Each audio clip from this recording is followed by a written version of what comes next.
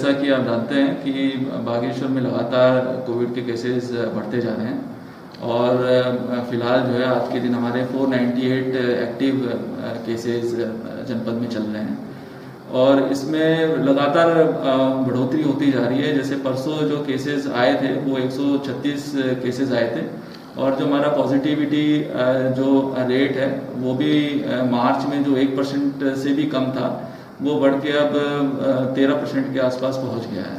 तो उसी को सबको ध्यान में रखते हुए हमने ये जो नई गाइडलाइंस जो शासन स्तर से भी जो जारी हुई थी उसको ध्यान में रखते हुए और ये जो हमारे केसेस को ध्यान में रखते हुए हमने इंस्ट्रक्शंस जो कर्फ्यू है वो लगाया है धारा 144 के अंतर्गत। और इसमें बेसिकली जो हमारे अर्बन एरियाज है जिसमें बागेश्वर आ गया और कपकोट आ गया और इसके अलावा जो हमारे बाजार वाले अन्य जो क्षेत्र है जैसे गरुड़ हो गया और हमारा कापली गैप हो गया और कांडा हो गया, तो इन क्षेत्र में हमने 12 बजे तक सिर्फ हमारी जो एसेंशियल सर्विसेज जो होती है सिर्फ वही चलेंगी और अन्य बाकी सारी जो दुकानें हैं वो अगले 3 दिन के लिए बंद रहेंगी।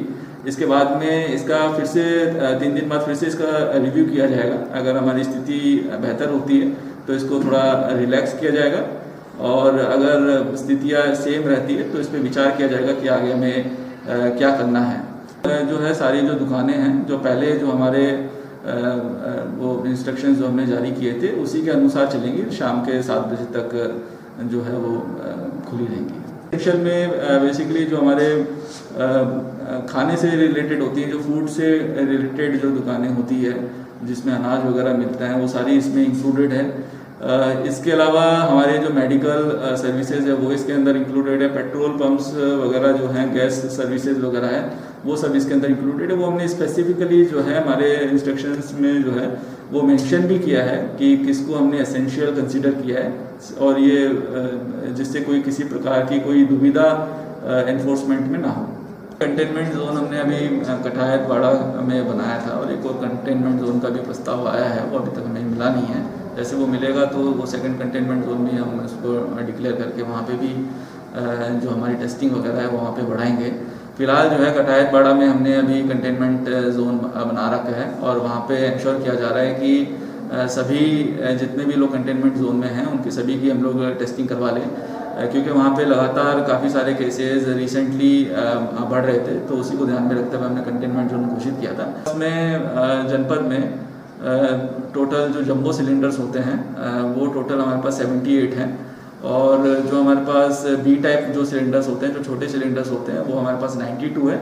इसके अलावा हमारे पास 40 ऑक्सीजन कंसनट्रेटर है। तो अभी हमारे यहाँ पे जो कोविड केयर सेंटर चल रहा है वो बेसिकली हमारा ये डिग्री कॉलेज में कोविड केयर सेंटर चल रहा है। इसके अलावा हमारा DCHC है जहाँ पे ये ऑक्सीजन की खपत हो रही है।